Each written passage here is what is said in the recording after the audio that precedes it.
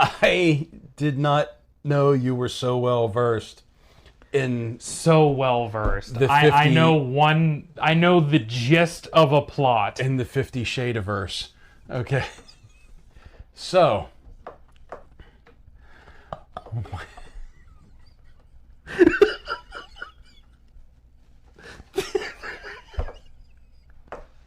The 50 Shade multiverse. Crisis on 50 Shades.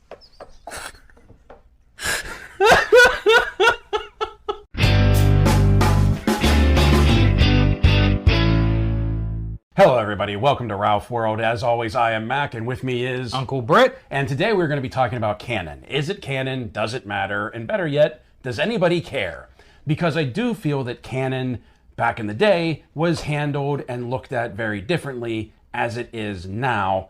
And sometimes I think it can be a hindrance to storytelling, but for the most part, I think it can contribute. It can contribute to storytelling. What are your thoughts on it just in general before we do any dives in? When it comes to canon, I'll say I've seen too many people, or I have seen some people take it too far. Yes. Like, there are some people who will watch something, you know, whether it's something long running like Doctor Who, a movie franchise, Star Wars, whatever, the very popular franchises, they get very just bogged down by every single word has to be canon. I have to fact check this through every other piece of content we have through this to make sure it works. And if it doesn't work, it's not right and doesn't count. It's like, dude, relax. It is a story. You got people moving like magic wands, you know, and Leviosa! Like, that's not real. That's not a real thing. It doesn't, and not everything needs to be concrete in a complete package of canonicity, you know what I mean? You're right. I do agree with that, but I tend to think that sometimes it's the fans that get hung up on canon more than people that are writing the movies, writing the episodes, writing the show, whatever. And I do feel like that sometimes writers wish they could just throw canon right out the window. Now, I get that, but I also feel like if you're taking the reins of something, that's already well established, you know already that there are rules and guidelines that you need to follow, I shouldn't say follow, but that, like, you need to adhere to, because that's what made the product viable, sellable, popular in the first place. Now, there's going to be nuance to this, which we'll talk about as the episode goes on. But what I want to start out with, just from like how I've always viewed canon, no matter what franchise it was, but I really feel like my views of canon have been, what's the word I'm looking for? Have been shaped, sure, Crafted. yeah, shaped. My views of canon have been shaped basically on my fandom of comics. Because if there's one media in this world that plays very fast and loose with canon, it is comic books. There are some things that are sacrosanct. There are some things that are gospel. Uncle Ben always had to die for Spider-Man to be created. Bruce has always had his parents killed in that dark alley. You know, Superman has always come to Earth after Krypton is blown up. But past that, especially when you get into all of the reboots that comics do, canon is really something that is more guidelines than hard and fast. And whenever anybody tries to look at the canon of comic books, especially the long-running ones, like Spider-Man, like Superman, like Batman, like Spider-Man's about to hit his 1000th issue of Amazing Spider-Man, okay? That's a lot. And when you figure that Action Comics and Detective Comics, Superman and Batman, and all of the multiple titles that have come out for those three characters, that's a lot that you kind of have to just approach canon with a shrug. That there, like I said, there's always going to be certain things about the character that is sacrosanct, but there's going to be changes, whether because of the pop culture zeitgeist of the time, the political climate of the time, just trends of the time. What do you feel about that? Where do you stand on? Do you prefer to adhere to it, or do you have more of like a fast and loose relationship with it? I think, truthfully, it depends on the story and the media. Media, not quite as much, in my opinion, but predominantly the story.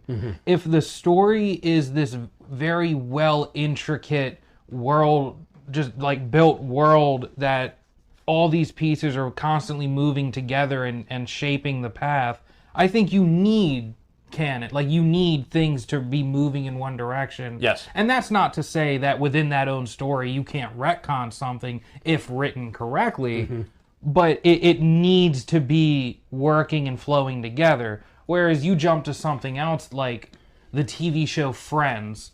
No, I'm not going to use that one. I know a better one. The TV show How I Met Your Mother. Okay. Like, that's something that, because it's told in an interesting way with flashbacks, you do kind of have to sync up a little bit with the story you're telling, but because of how loose it approaches that, it can constantly change the show when it needs to, while still going towards an end goal that was the same from the beginning. Spoiler alert, it's meeting the mother, if you couldn't tell by the name. No, I agree, and I think there are instances of where canon has been used to great effect. Like you can use it to build on what's coming forward. Like, one of the things that I can think of right off the top of my head is Star Trek, the original series versus the original series movies, okay? One of the most popular Star Trek movies, if not the most popular Star Trek movie, is The Wrath of Khan. And that is built off of a relationship that was established in the original series. And I think the episode was called Starseeds, where you first ran into Khan. Khan was banished to SETI Alpha 5. And it really helped to build, because you had all that backstory, because you had that episode that happened before, because canonically Kirk never did return to the planet to check on them. Nobody in Starfleet did. You can kind of feel Khan's anger. You can almost sympathize with him until he goes and just like kills the entire crew of a starship. But until the Wrath takes over. Yeah, until the Wrath takes over. But like, if you didn't, I really feel like if you didn't have that backstory, even if you hadn't seen the episode, there's enough that's laid out in that movie, because I saw the movie before I saw the episode. I've never seen the episode. Okay, but you're aware of that they had past history. Yes, yeah. Right? Because I was aware that I know Khan had appeared in the show. I did not know the story. I did not know the context. Okay. But I was aware that, like, he showed up, Kirk and his gaggle of miscreants, beat him. You mean his crew? Yeah, if you want. Okay. Space pirates, whatever. But I watched the movie first, and then I went back afterwards when I found out what episode it was, and I watched like a summarized video of the episode. Okay.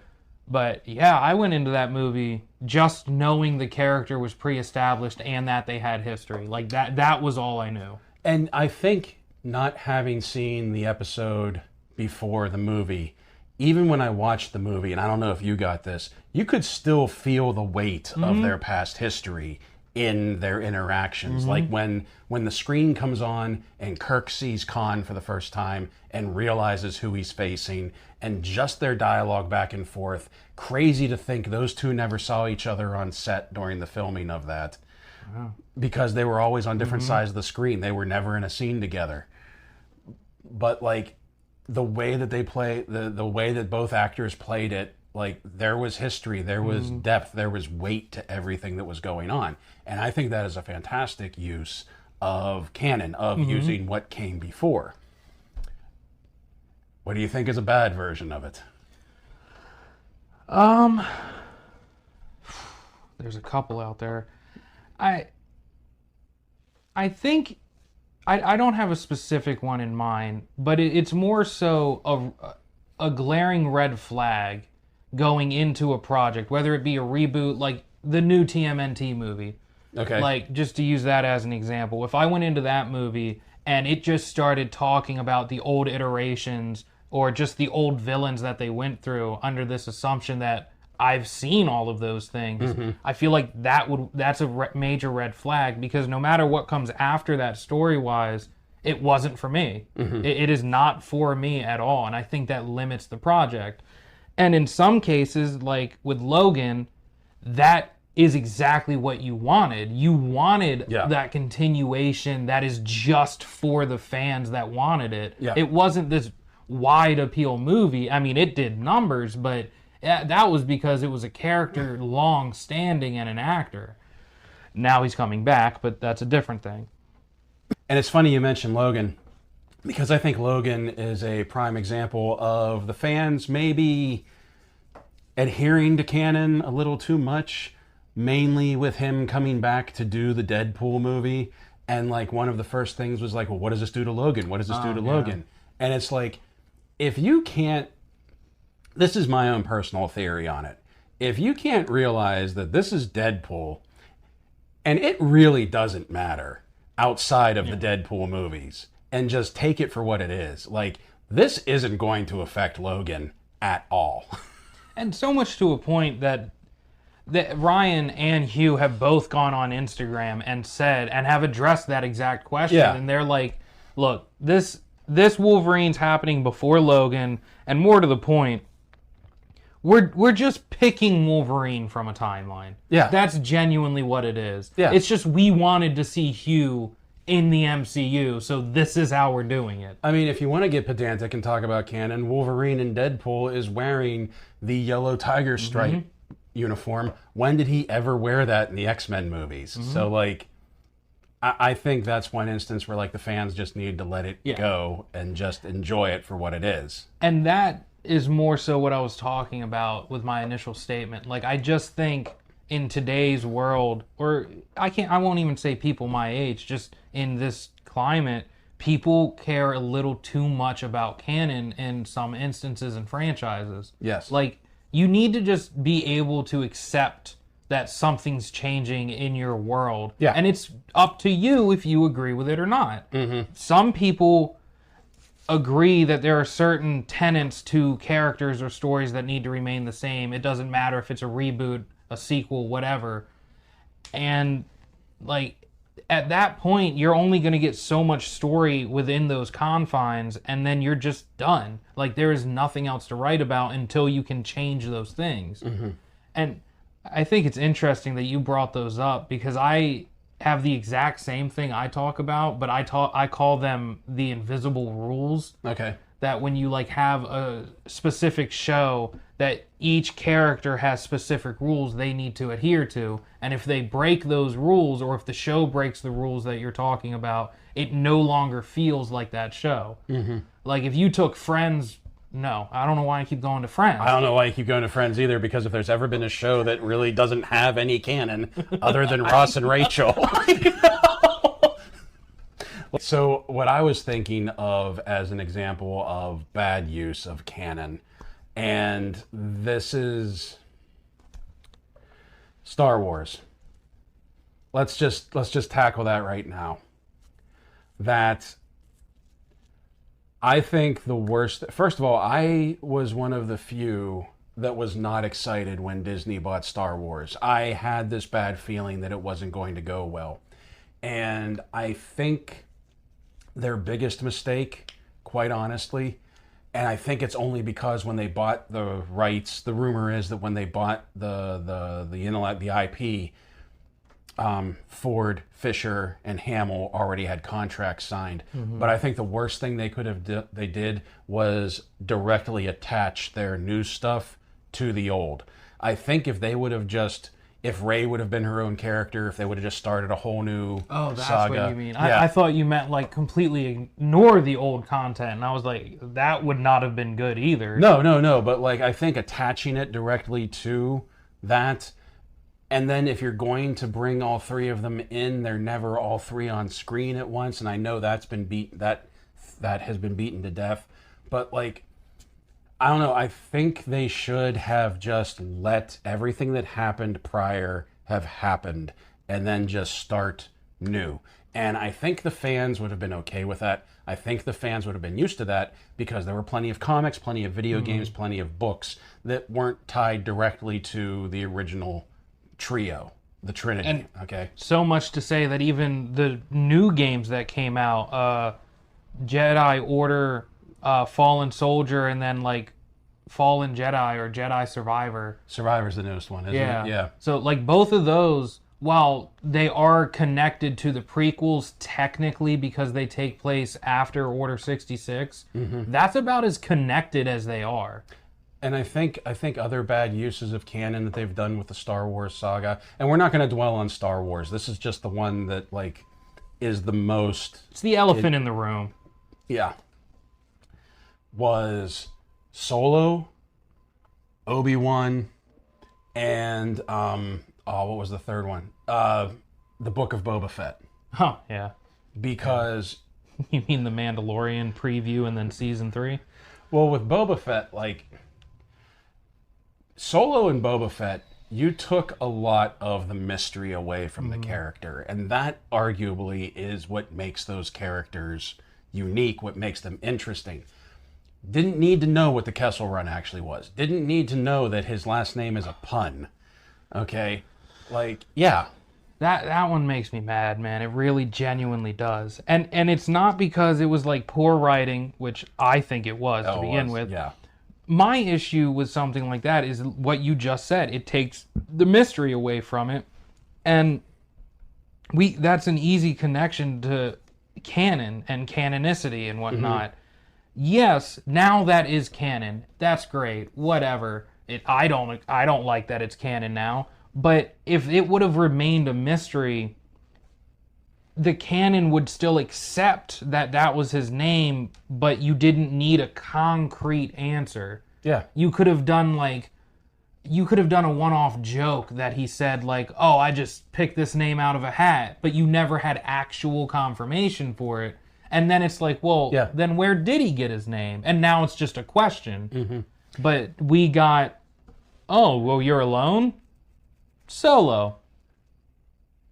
And I really, like, I feel when they do stuff like that, they're doing things like that purposely to separate themselves from what came before, meaning like the legends. Because in the novels, Solo had a family back on Corellia that, like, as the novels went on, you found out about his family. I think like his uncle was actually like a bigger criminal than he was and was like doing time. And like his uncle was the one that got him tied up with the Hutts.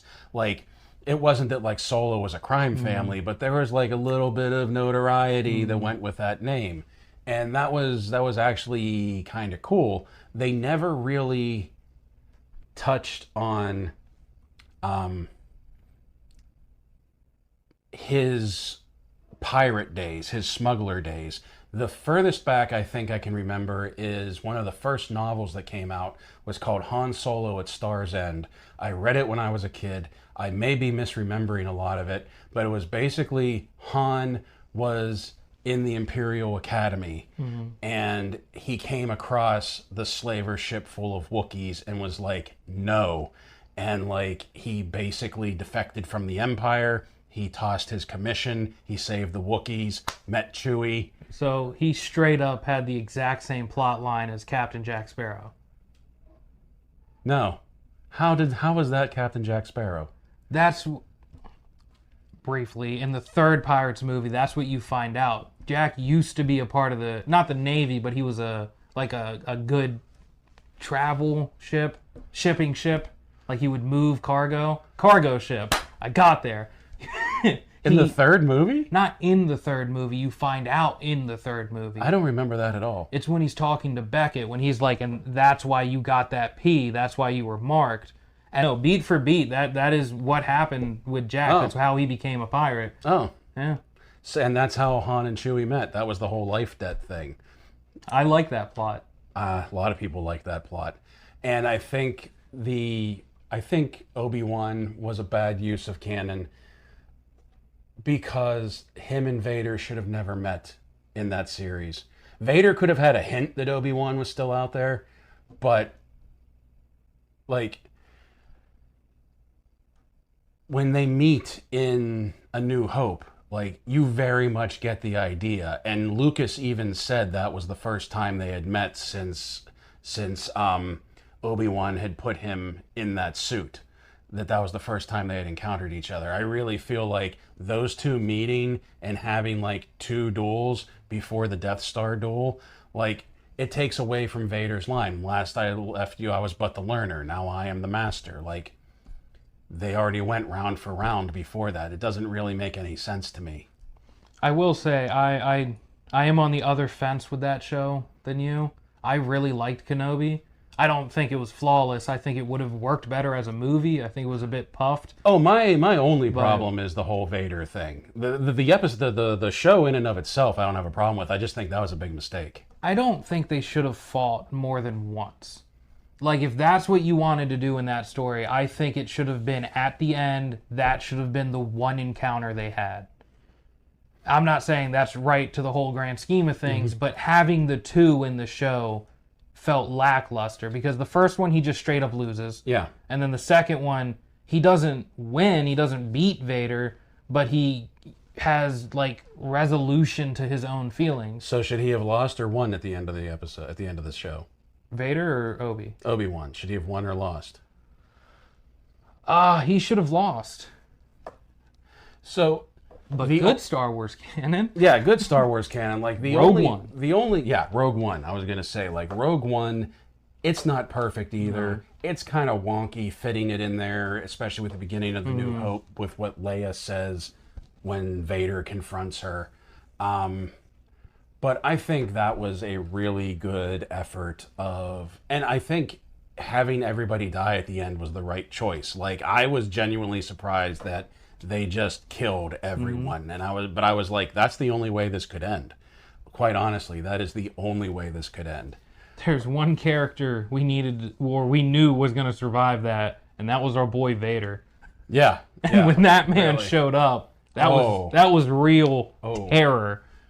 Well, but that tracks. Like, before the prequels and everything, or I shouldn't say before them, outside of the prequels, in the original movies and in the books, Vader is consistently portrayed as a terror, as just an absolute tank. Yeah. Like, Yoda could go up and fight him, and that is not a guaranteed victory. It's at best a questionable one. There's a reason they went into hiding. Yeah. Like, Vader is this top tier character in power in both story, in both the book universe, the video game universe, and the movie universe. So when you had like Rogue One continue in that era, but it kept the feel of that character, which is arguably the most iconic character from the series, that was a good use of canon. You brought something back that people liked, but you treated it the way it needed to be treated to continue where it started.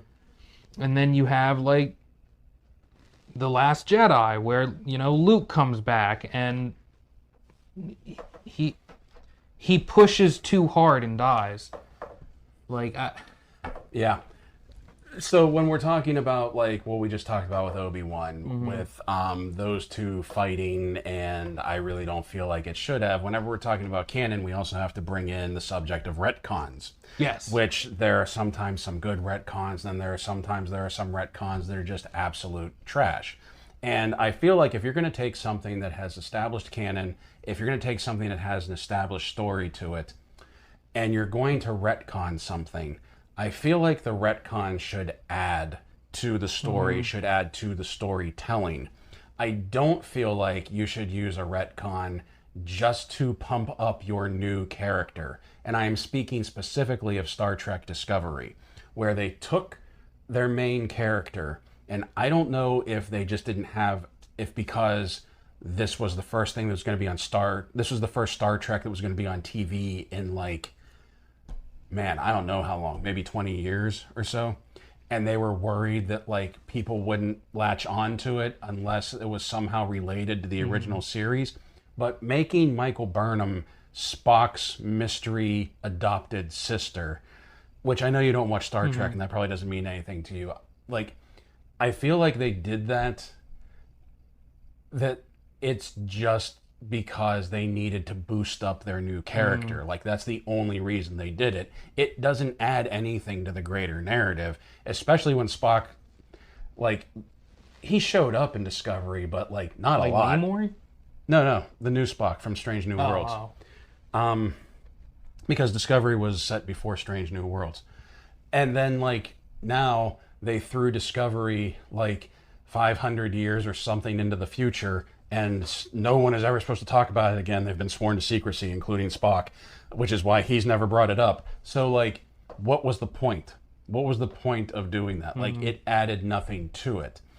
Now, there have been good retcons. I'm struggling to think of one right now, but do you have any off the top of your head that you can think of? None that isn't anime related, honestly. That's what I mean. Like, the good retcons I'm thinking of right now are mostly like whenever they've fixed mistakes in comic books. And when I say mistakes, like, sometimes a writer or a publication will think, hey, this will be a really cool thing to do. This will be a really good idea to do this. And then, it goes over like a Led Zeppelin. It flies like a Led Zeppelin. And they have to, like, sort of eventually over time fix what has been done. I mean, really, you can think of any character that picks up a mantle from another character and it's very short-lived and usually goes back to the previous character. That's a retcon. That's something the writer, storyteller, whoever tried to pass the mantle on to someone, it doesn't work, and then it's got to go back because that's what was working. That's a very common retcon in a lot of things. You think of anything specifically that made you say that? I kind of want to say Ghost Rider, but I'm not the authority to talk about that. Oh, Ghost Rider. Oh my goodness. We're not gonna. Let's not get into Ghost Rider. But I know what you're saying. I'm very much a fan of Ghost Rider, and I have issues with I have issues with what is going on with Ghost Rider right now. He's working for the FBI. It's gonna be okay. Female body inspector. It's okay. No, we're editing that out.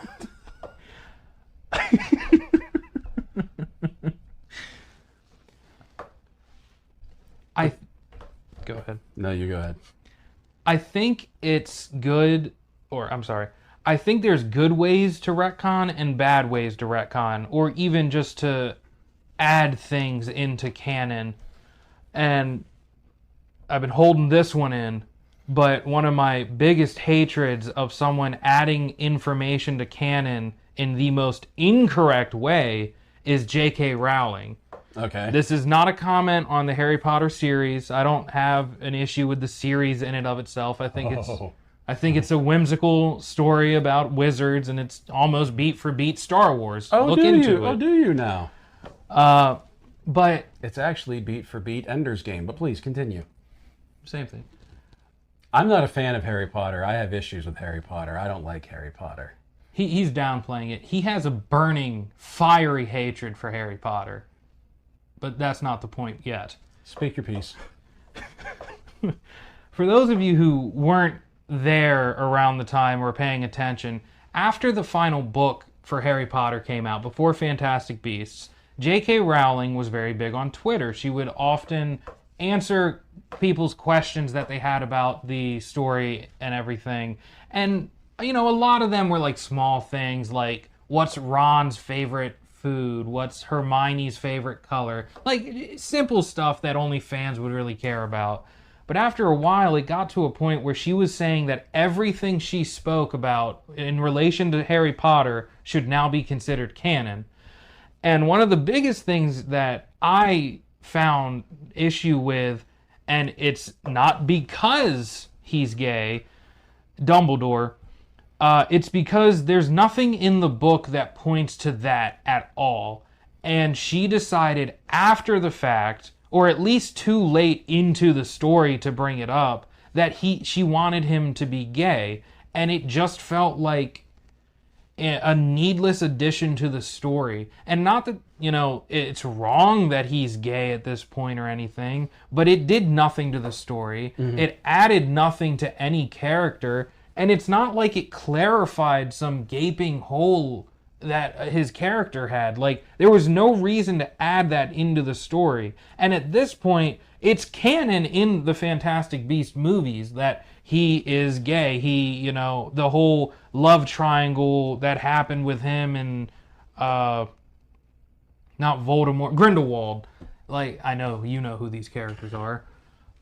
It just, the whole thing felt unnecessary. And that's just one out of a mountain of tweets that she has put out that just constantly adds things to the Harry Potter world.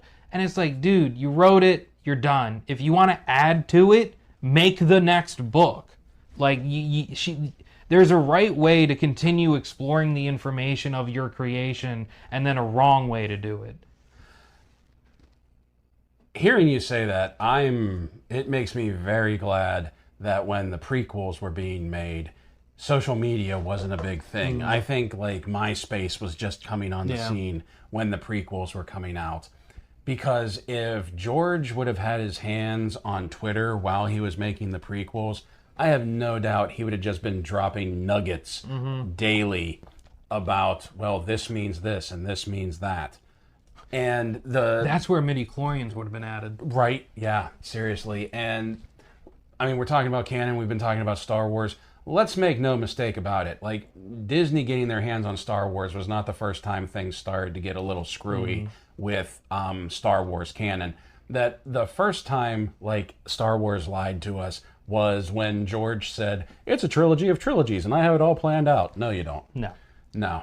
Because, like, there were things that happened in the prequels that it was like, this doesn't fit what's come before. The timeline is all screwed up. But when you have the creator doing it, you can't just say it doesn't count. Like, when the creator is the one that's actually doing it, it's up to him to figure out how all this stuff fits together. Now,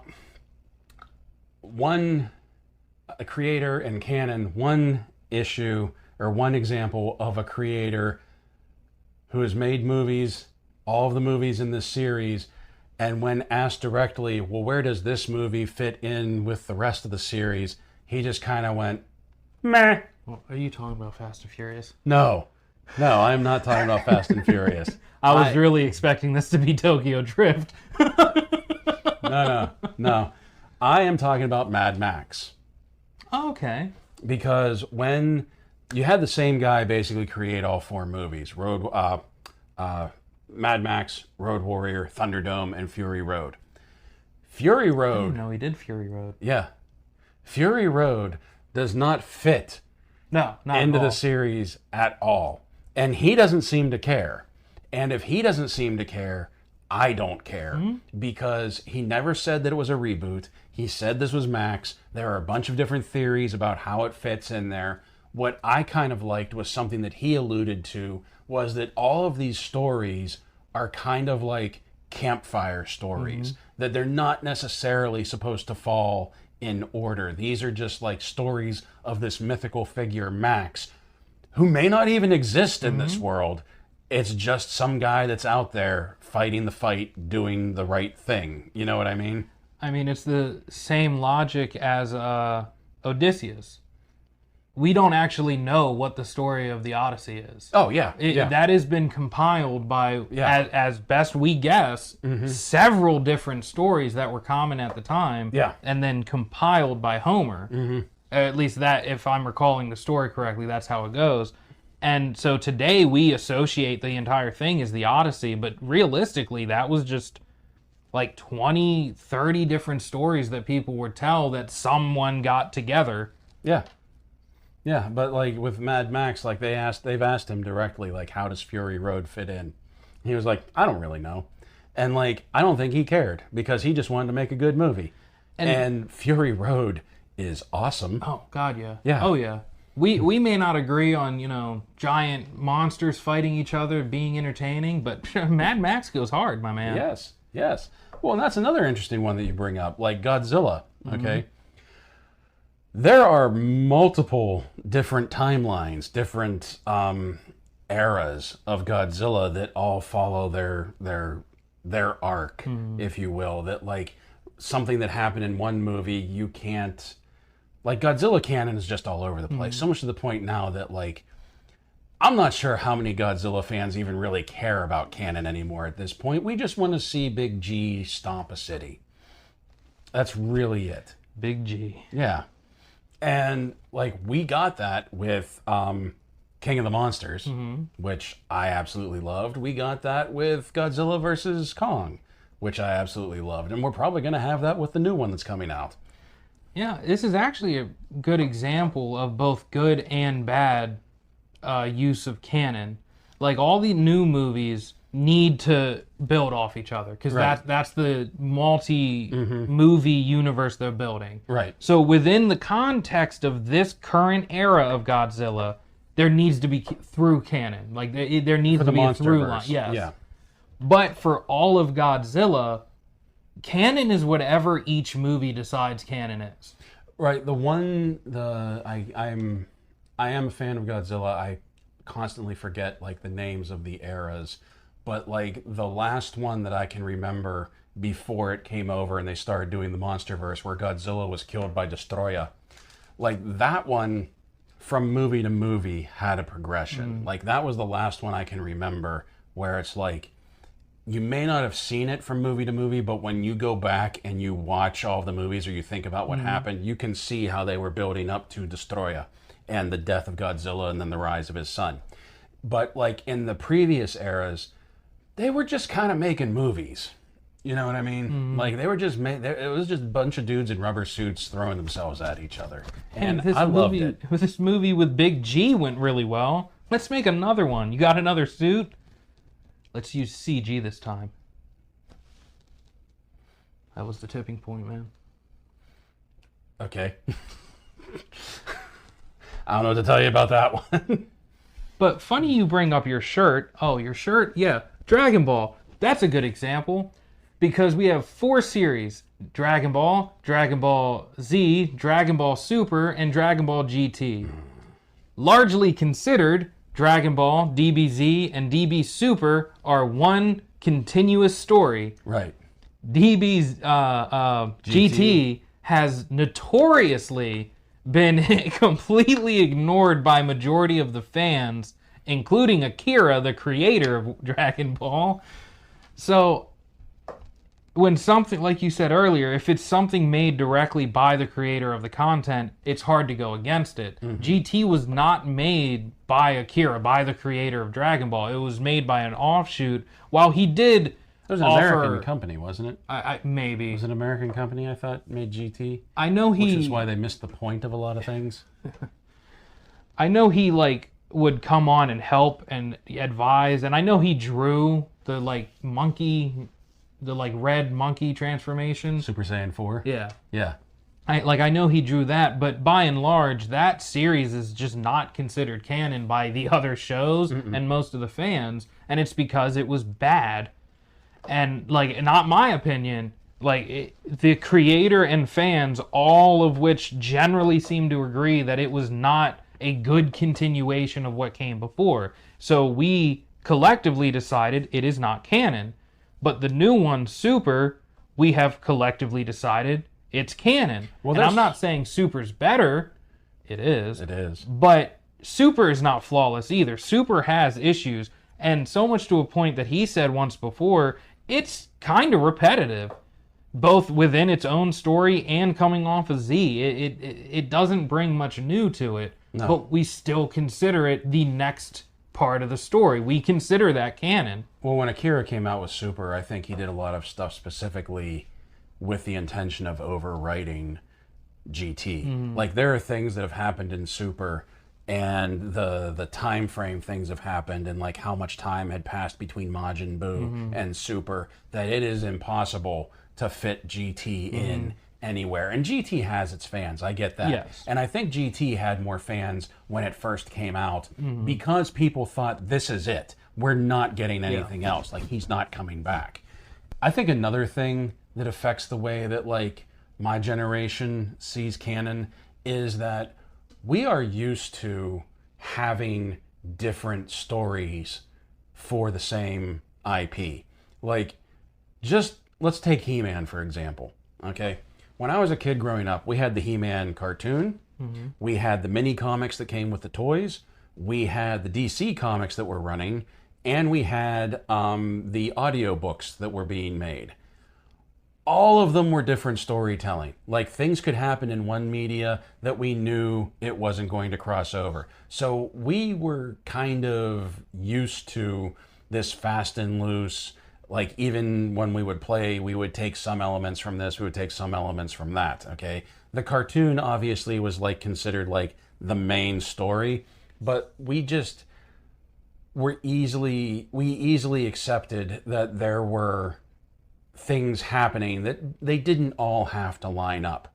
And I feel like one of the things now is that a lot of the fan base sort of feels like, and maybe even pushes creators into this corner, that everything has to line up. You know what I mean? Like, everything has to all be on the same timeline, the same story, whatever you want to call it. As a matter of fact, for as excited as I am for James Gunn to be taking over DC and starting the new DCU, which technically I guess started with Black Beetle, but let's be honest, it's really going to start with Superman Legacy. The one thing that I am worried about, and I know this didn't come directly from him, I know this is from Warner Brothers and DC, that the DCU is going to be everything. That so far they've said, like, comics, movies, series, video games, everything has to kind of line up. And I feel like that's going to be stifling. Mm-hmm. I feel like that's a lot of loose threads that you have to worry about. I feel like it's okay for some media to go off and do their own thing. Not everything has to be this. You know what I mean? To go back to He-Man first, I would hate that. Would you really? I would absolutely despise that happening. Having 4 different storylines running at the same time, I would hate it. Really? For 2 reasons. One, I think it muddies the water for every single one of them. Okay. At a certain point, you're not going to remember what happened in each one if you're actively, like, reading, listening to watching all of them. I think you're just going to start intermingling the storylines and characters and themes. We did. We kept it all straight. You can remember each individual storyline? Pretty much. That's wildly impressive. But my second part is just oversaturation of that IP. Like, give me whatever story you're trying to tell, not how much this IP can tell. Like, I want to know what one person's interpretation of the IP is. Okay. And then if another one comes out the next year, fine, I'll watch that one too, if it's good. But all at the same time sounds like an absolute nightmare to me. I know. That was our reality, man. Like, we had the cartoons, we had the comics that came with the toys. The toy comics were wildly different from the cartoon up to a certain point. Because when for example, the comics that came out with the toy, it was very much more sword and sorcery. It was very much more based off of the more savage barbarian style that, like, from Conan that it was inspired by. Whereas, like, the cartoon, I know I've showed you a couple episodes of the cartoon. I mean, that's just straight up sci-fi. Yeah, that's just straight up sci-fi with a smattering of magic in there at a certain point. And the audiobooks more followed, like, what the comics with the toys were saying, but it wasn't exactly the same story arc. Like, especially this one audiobook that told the origin of Castle Grayskull, which was just really cool.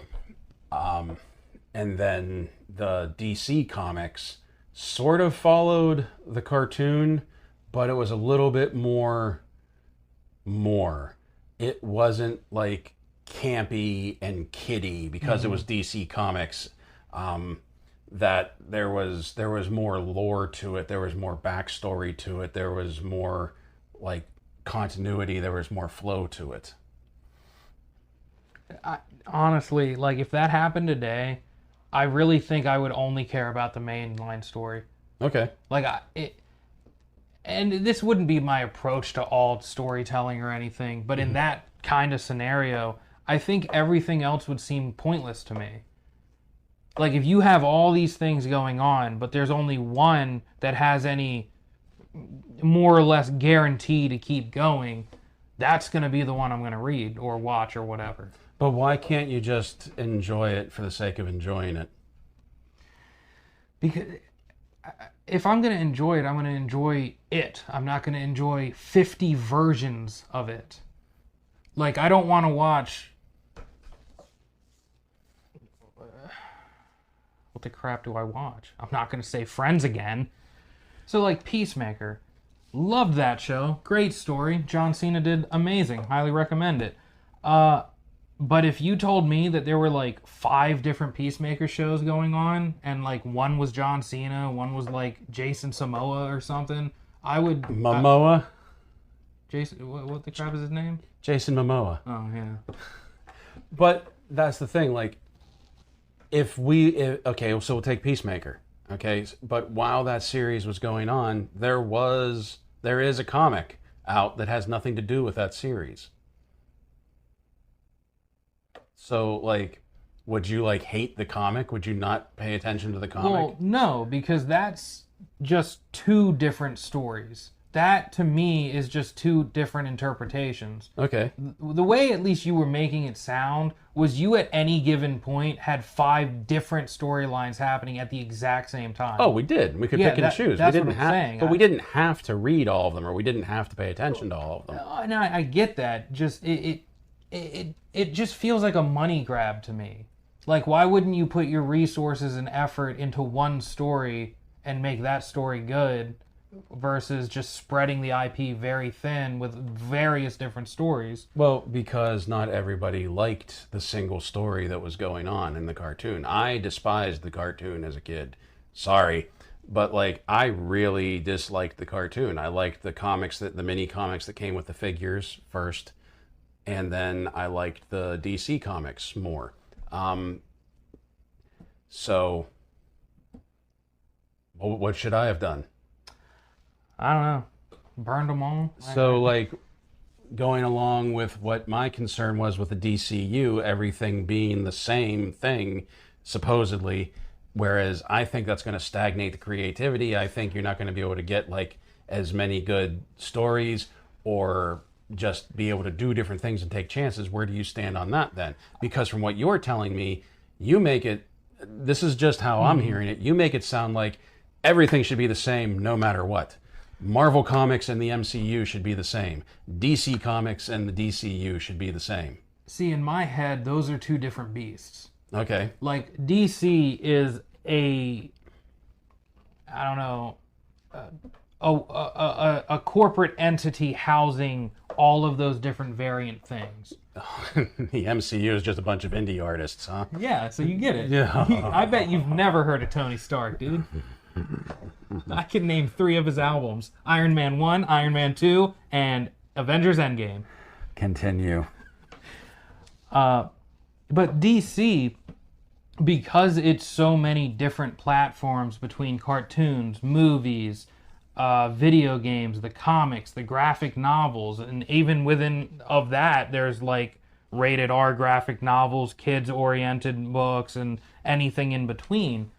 So when you come from that perspective, from a very large whole DC company-wide, yes, I think there should be various things going on, but that's more so because of different media. Like, some people like reading, some people don't like reading, some people like video games and like movies, TV shows, yada, yada, yada.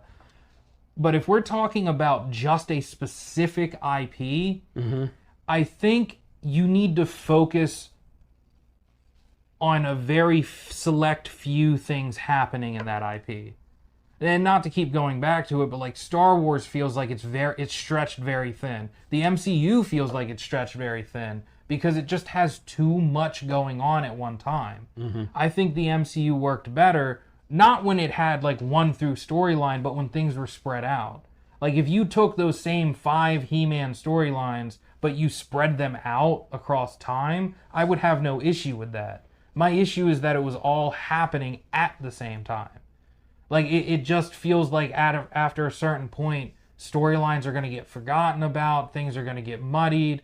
And you said they didn't. I could be wrong, but... Well, but the from the marketing standpoint, they were striking while the iron was hot. Like He-Man and the Masters of the Universe was like one of the biggest selling properties of the '80s. Okay, like it was the He-Man, Transformers, and G.I. Joe. G.I. Joe, He-Man, Transformers, G.I. Joe, and I forget what the fourth one was. There were like the top four, because the fourth one surprises me when I hear about it. So it wasn't like TMNT? No, it was TMNT. You're right. Yeah, the Playmates figures. So when that was popular, when that was selling, they wanted to get as much out there as they could, try to appeal to as broad a demographic as they could. That, like, the DC comics arguably were aimed more towards teens, because the DC comics, I feel like, started coming out towards the end of the toy line as, like, the kids that originally started playing with it grew up, that they were trying to use that to sort of hook them in to keep them reading about that. And they weren't, like, long-lasting series, don't get me wrong. They were, like, mini-series and things like that.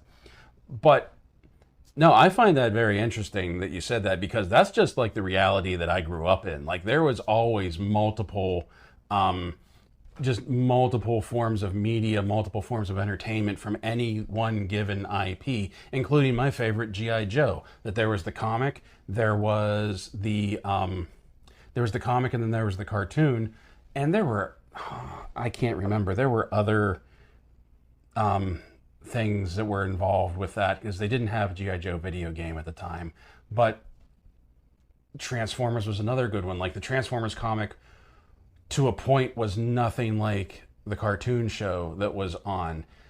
But there was just always multiple forms of media, multiple forms of storytelling at the time that, I'm not going to lie, I know at its core it was for making money. But having grown up with it and having looked back on certain things, like, there are stories that I don't think would have been told without having these multiple forms of media available, including, like, just books. Like, there were Transformer books, like, there were just, like, He-Man novellas, and it was just, there was so much, like, good storytelling going on with that stuff. And there was bad stuff too, don't get me wrong. But it was really cool to, like, be able to pick and choose the things that you liked, the media you wanted to consume, wanted to take in. And then when you would sit down with the toys and you would start playing, you could pick and choose, well, I want to use this, I want to do that. Nothing from the cartoon ever made it into my G.I. Joes when I played with them, I'll tell you that much. They were G.I. No's. My Cobras died. I'm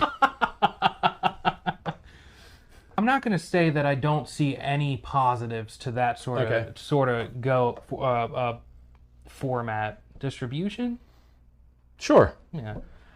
There are definitely positives, because like you said, I'm sure there are stories that would have never been made unless it was more just like, we need stories, get them out there, publish them, whatever.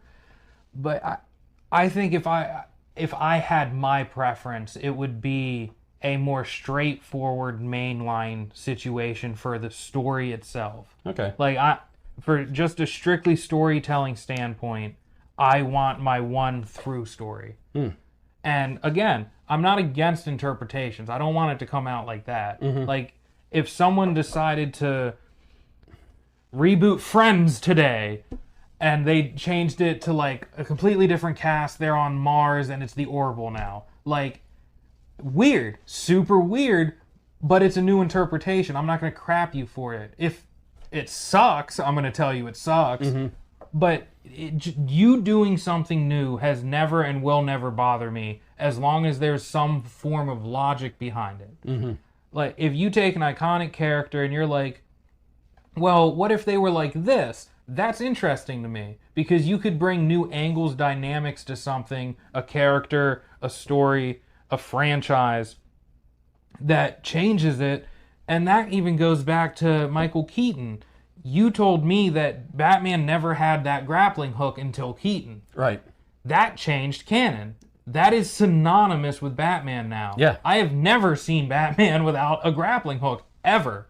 I have not seen a single piece of media. You mean without the grapple gun? Yeah. Yeah. I have not seen a single piece of media without it except maybe Adam West, and I haven't seen much of Adam West. No, before that happened, like I said, it was a batarang with a rope attached to it, and he would throw it and like wrap it around things. Yeah, it was actually at the end of Batman '89 when he strung Joker up to that gargoyle, and remember he had the batarangs. That was basically sort of like what he had in the comics before that, and I just realized now that might have been like a slight homage to that.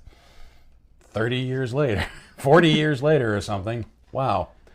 We'll get you there, guys. Yeah. It'll take us 30 years.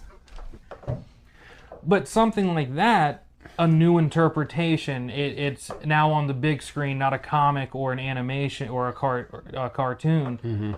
But it added something that made so much sense to the core of the character within the invisible rules I was talking about that make up what Batman is, no matter what iteration of Batman it is. Now that's a part of it. Like, it might evolve at some point to something more advanced, but where we're at right now, there is no Batman without some sort of grappling gun. Yeah, because first it was the movies, then it hit Batman the Animated Series, and I think once it became popularized entirely by the animated series, I think that's when it came into the comics. Like, I think the comics was actually, ironically, the last to change. And that's usually the way it is. The most established media is the last one to change once they're like, okay, this actually makes more sense than him, winging this thing as hard as he can. Like, a gas-powered grapple gun makes more sense. Something that really bothers me when we're talking about canon and new people come in to write is that they say they feel too confined with canon, that it hinders their writing. I kind of feel like that's a cop-out, or that's kind of lazy, or that's kind of like a warning flag of, hey, we're about to change everything.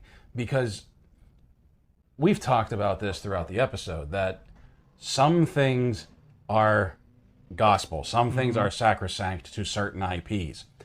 You can fudge things here and there so that you're not completely confined by them, but to just completely like break what has come before. And we've already used the big two as an example, like Star Trek Discovery, that the things they did with that, not just with Michael Burnham, but with the Klingons, was not very well received, so much to the point that I feel like Strange New Worlds is now trying to effectively erase a lot of the stuff that was done by Discovery and Star Wars, with Disney going in, answering questions we didn't need answered, and sort of making main character decisions that don't really make much sense, and bringing the Emperor back. But then there are also things where you have an IP, and as long as you are respectful to what has come before, I feel like the fans are more forgiving or more willing to go along with. And going back to Star Trek, we're going to use Strange New Worlds, that they are filling in the gap of what happened right up until the point that Kirk took command of the Enterprise, which means there are some characters in this show that are part of Kirk's, that will eventually become part of Kirk's crew, and there are some members of this crew that are just solely Pikes and aren't going to make the transition, or they might right away, but then they won't last long. So they're fudging a few things here and there. They're stretching the boundaries of what they can do, but because the characterization, it still feels like Star Trek. They still have like a lot of that. We've talked about the original series before on other episodes, and about how you can't really watch it. And honestly, the only reason I feel like I can watch it is because I was grown up on it, is because I grew up on it. And we're talking specifically about the effects, the sets, props, things like that. That for as much as I love the original series, it's very much a product of its time. You can tell its age in that. But they have managed to sort of like pay homage to that old style, but still update it so that like it is this wonderful blend of those 60s sets with new aesthetics, a new look to it that I honestly, until I saw it, I would have never thought was possible.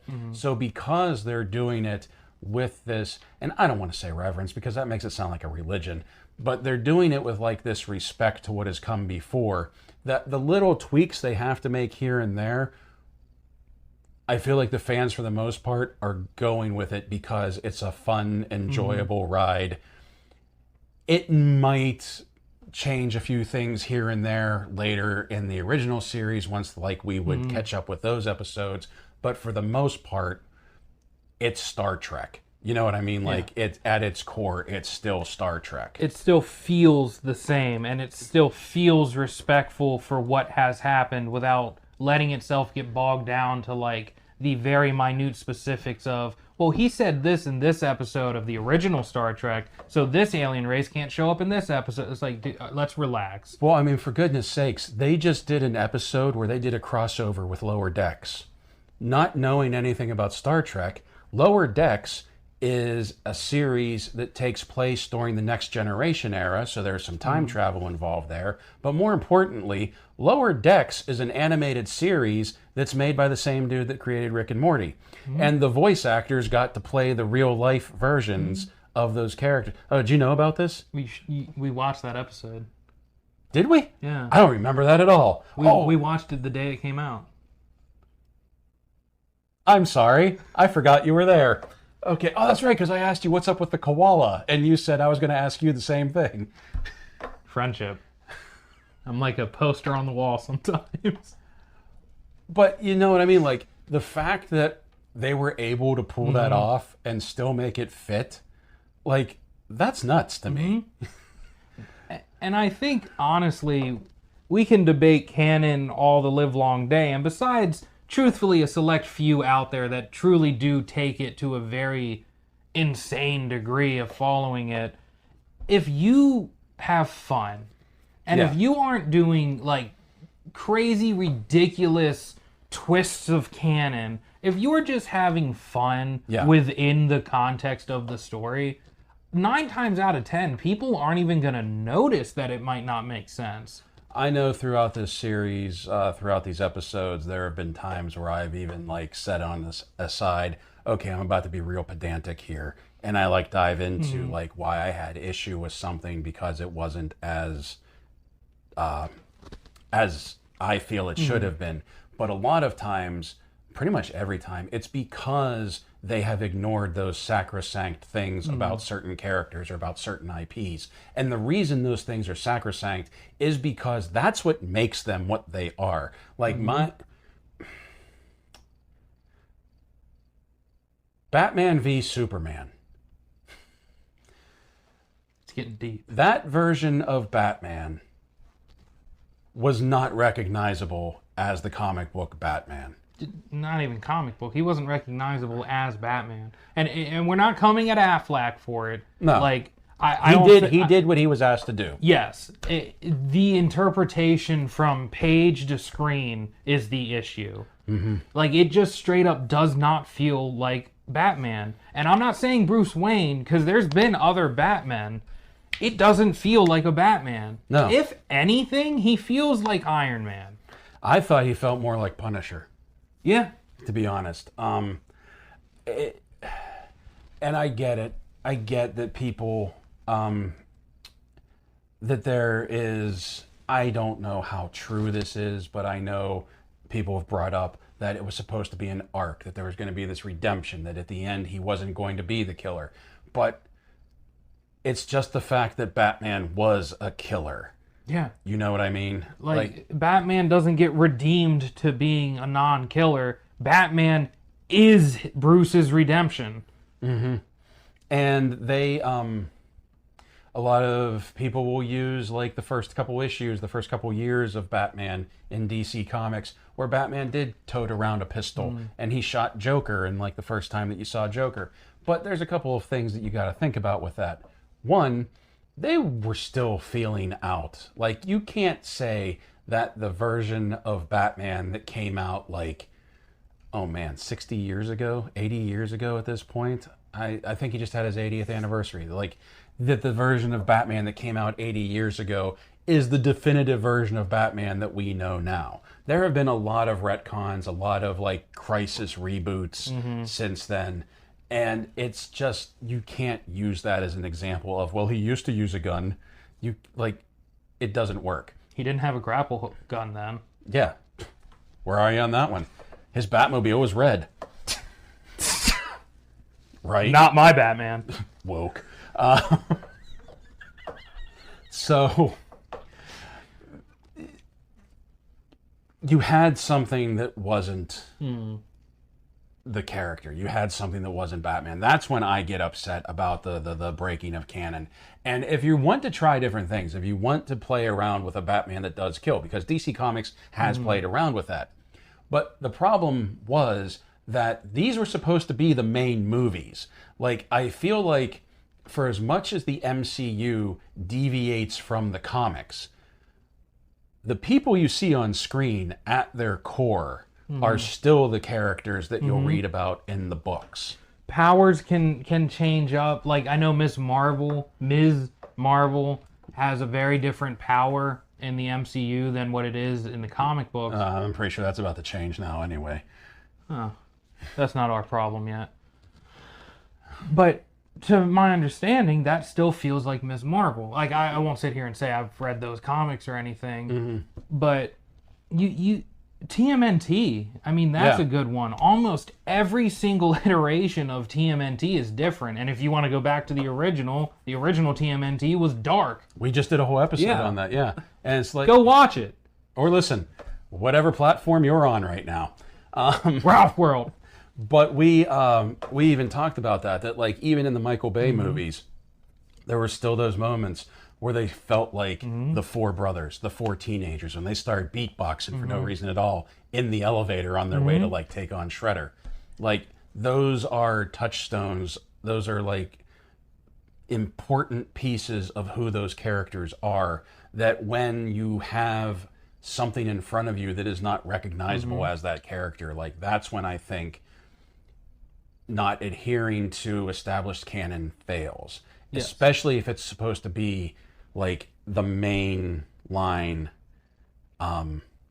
version of this character. Like I said, I don't think you can't do a story with the Snyder version of Batman. You just can't make that the main version that you're using that's supposed to be through. Because the reason that you're getting these movies, the reason that you're making movies from these books, from this source material, is because people know the source material. The source material has made the character popular. Batman is arguably the most popular superhero right now. And just the fact that we have that the DCEU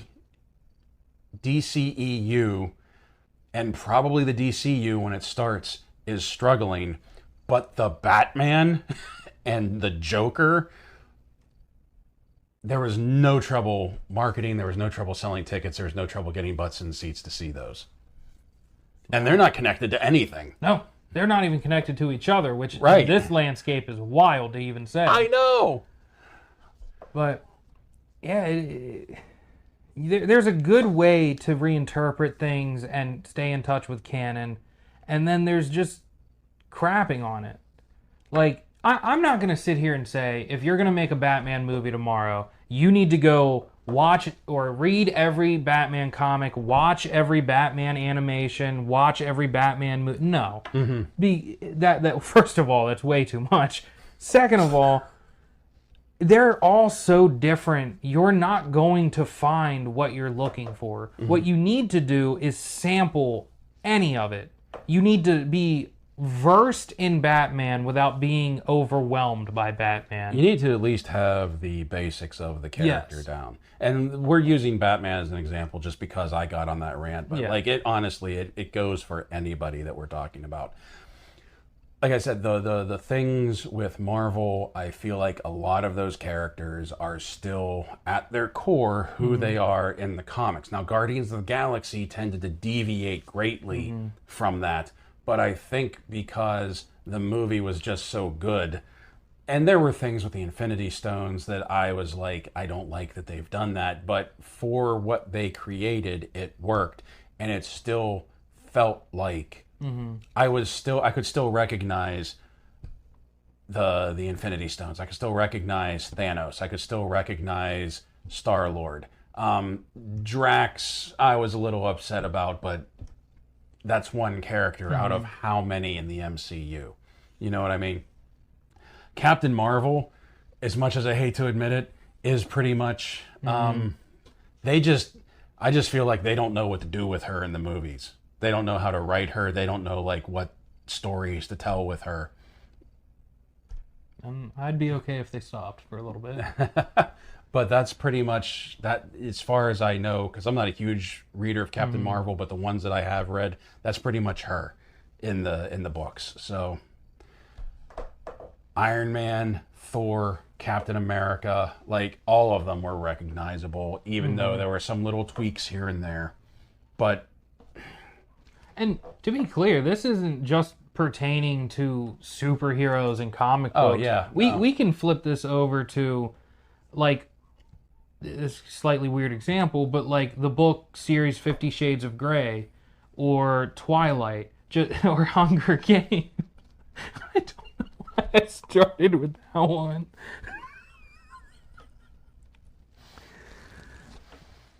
Oh, please continue. I am dying to find out where this is going. If we stick with 50 Shades of Grey, that is a 3-book series, okay?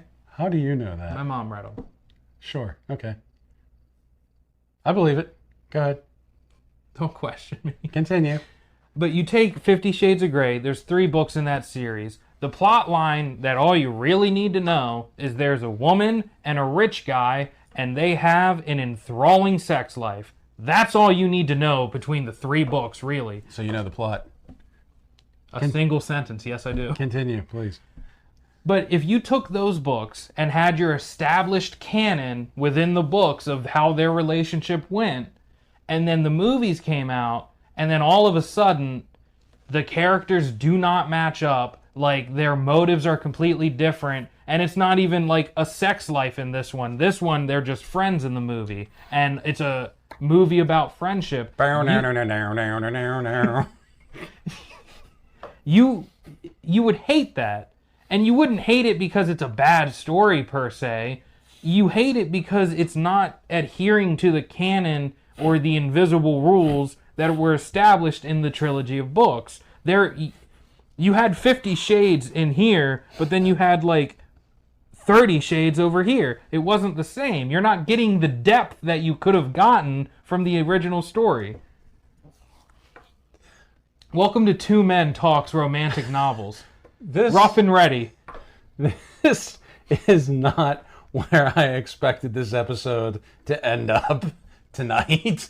I did not know you were so well versed in so well versed. I know the gist of a plot in the 50 Shade-averse.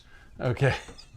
But do you understand what I'm more or less saying? That it doesn't have to do with just specifically comic books, anime, TV shows. Like it is anything that was within storytelling has to have its own canon established within itself, but you also have to allow for interpretation, and that means across media, from book to movie, movie to book, comic book to animation, whatever.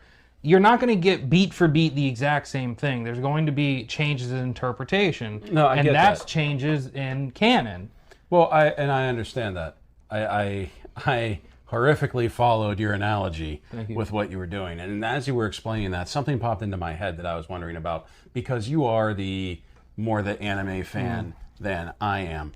And you had mentioned that like having like multiple storylines or offshoots when we were talking about Masters of the Universe would have driven you crazy. I know you're not a huge Dragon Ball fan, but how does the existence of the DBZ movies affect you? Because those don't fit into the series anywhere. Truth be told, that's not specific to DB. That's kind of just all anime. It's widely considered the movies to the shows are not canon. Right. They're just things that they decided to make for money. Like One Piece does that a lot too. Not a single movie from One Piece is considered canon to the actual story. Oh, I didn't even know there were movies for One Piece. I honestly didn't know. I think the 13th movie just came out. I honestly didn't know other anime did stuff like that.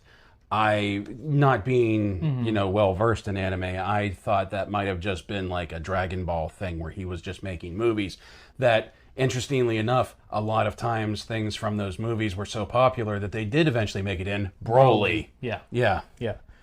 But at the flip side of that, you have something like Demon Slayer, and I know you've watched that. Mugen Train was a movie. It came out as a movie, but it was the next arc that was covered in the manga. Right, but that was meant to be that way. It wasn't like the Dragon Ball movies came out. And I think the point that I realized that the Dragon Ball movies didn't fit in with anything else that was going on, and it kind of upset me a little bit, not angered me, just like...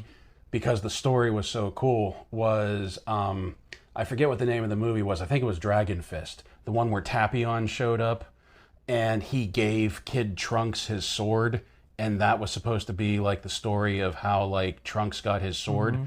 But if you put that into the actual canon of Trunks coming from the future, it makes no sense. And the reason I loved it so much is because Tapion was pretty much based off of Link from The Legend of Zelda. That, like, he had the magical ocarina, he had the sword. Yeah. Okay, you remember what I'm talking about now then. Yeah, and like when he gave Trunks the sword at the end and he left, it was kind of like that was their bond. His friend was leaving, his friend was going home, he left the sword behind, and it was just cool to think that that was Trunks' sword. But it makes no sense in context of the series. And truth be told, I'm about 50-50 on that. Okay. Because on one hand, with how anime comes out, unless it's like an already finished manga that they're working off of, it has to be something that's going on with the ongoing story. Okay. So it is hard to make a movie while also keeping the story going, but the story is connected to this movie that took 3 years to make. Okay. Like, I understand why it happens. Right. But I do have a similar issue with that, where it's like, part of me, even One Piece, I love One Piece, I talk about it a lot, I'm not all that hard-pressed to watch the movies. Okay. And it's predominantly because, and One Piece innately is one story that's been going on for a long time, but there's not much to get from the movies if it holds no bearing on the show. Because the show is so ongoing that's what you're committed to. But this just goes back to, and I feel like this is a byproduct of the MCU. That there's a lot of people, there's a lot of fans in, quite frankly, in your age range that I've talked to that have said, and The Flash and Blue Beetle were facing this.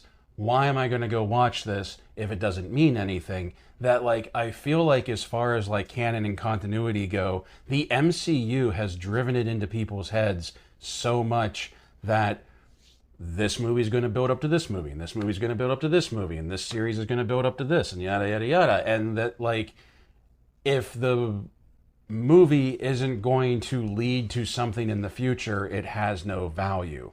And I don't believe that, because, like, you kind of just said that if it doesn't have anything to do with the series, you could care less about it. Okay, and I'm not picking on you specifically, No, go ahead. But, like, this is just like eidetic of, like, a lot of things, a lot of conversations that I've had with, quite frankly, millennials and Zoomers, that if it's not going to build up to something, why am I watching it? And I do think that's a product of the MCU, because there is, like, something can be said of, I'm just going to watch this and enjoy this. Like, I know now, I didn't know at the time I was watching them, but I know now that none of the DBZ movies have any effect on the series whatsoever. But I still freaking love them. Like, I still really enjoy, like, just watching him throw down with Android 16. I still I still love that line, I am the prince of all Saiyans, Broly, even you. And then Broly says, then by all means, make me bow before you. Like, it kills me that it's not part of the series because, like, it has such, like, ballsy moments in it. But I can still enjoy it, even though it doesn't contribute to the series at all. I find it interesting that there's an entire generation of, like, moviegoers that have a hard time with that concept. And I do think it's because, like you've even said, you've grown up on the MCU. Oh, yeah. I do think it's because, and I'm not blaming you, I want you to know that, but I do think it's this perpetual motion that the MCU has sort of like ingrained into people. And I do think that's a part of it. I will say, me personally, I don't feel this way about everything. Okay. Like when I went and saw Joker or Batman, the two very separate, independent movies, right? Knowing it going in is what made the difference to me. Okay. Like, if you tell me this Joker movie is just by itself, it's doing its own thing, it's a self-contained story, I am so on board with that. Like, there needs to be more just one-off stories. But my issue comes from, like, the Flash movie. I enjoyed that movie for what it was. I had a fun time watching that movie. But I think if we took outside of, you know, kind of watching it for this, just having reason to watch that movie, I wouldn't watch it because it's not building to anything. And in the establishment that it is in, it needs to be building to something. But it was supposed to be the end. But it wasn't even that.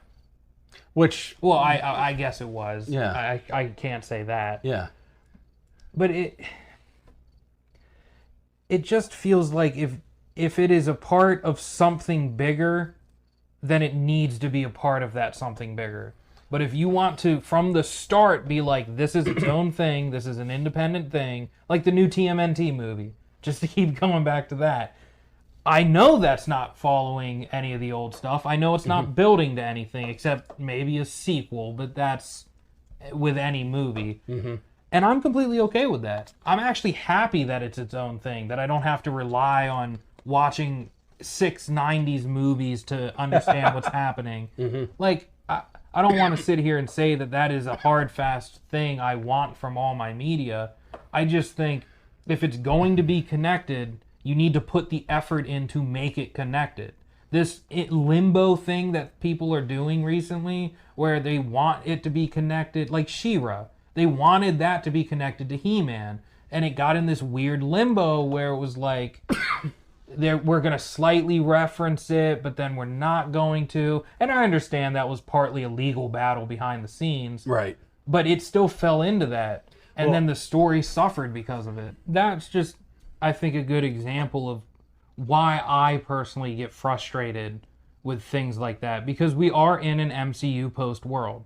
That has happened. We can't take that back. The fact that it is possible for a studio to make a movie franchise that wide and sprawling is now as an established thing. It can be done. And I'm not saying that we now have to use that comparison to every other thing, but it is now ingrained. So if you're going to tease something, I expect there to be follow-through. Well, but I feel like that we've had, like, I know the MCU is the most popular one, but I feel like we've had joined universes before. It's just that Disney weaponized it, basically, with the MCU, because even the Universal monsters all existed in one universe. There were crossover movies for that. Star Trek, it may not have been happening on the big screen, but there were crossovers with the TV shows and the series. Like, that is not a new thing. It's just that, like, because the MCU for so long dominated the movies, dominated theaters, and, like, you couldn't get away from it. There was, like, a new Marvel movie coming out every month that, like, that I think might be where the division between me and you on the MCU is, now that we're talking about it, where, like, you've seen all of the stuff and you pushed through, for lack of a better term, to get to Endgame, whereas I just completely became disinterested in it and bored with it because I was tired of having to see a movie and not have any real resolution. It was just a prequel to what was coming next. And then that movie was just a prequel to what was coming next. And there was never any resolution. There was never any end. Like, I know there was Endgame coming, but like, I'm talking about on the individual movie that I can imagine when The Lord of the Rings came out and there was no end to the first movie, and people that weren't familiar with the series were like, what the crap, man? And like, they were upset in the theater. I can imagine that that's probably a little bit of how they felt, that like, I just got tired of watching movies just for the sake of having to watch another movie, because I didn't like all of them and I didn't care about a lot of them. Honestly, I'd probably say for me it's the same as watching a TV show. Like, each movie was the next episode. So I could get past the whole everything doesn't get answered at one point and you have to jump to get answers and everything within reason. What they're doing now is way too much with the shows. So there you have it. Is it canon? Does it matter? Does anybody care?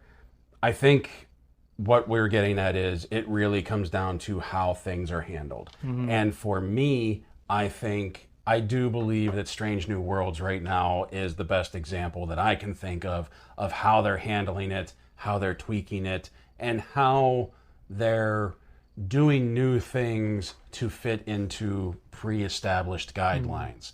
And I also don't believe that you always need to adhere to it, but like we said, there are certain things that you have to include in the storytelling, otherwise it's not going to be what you started with.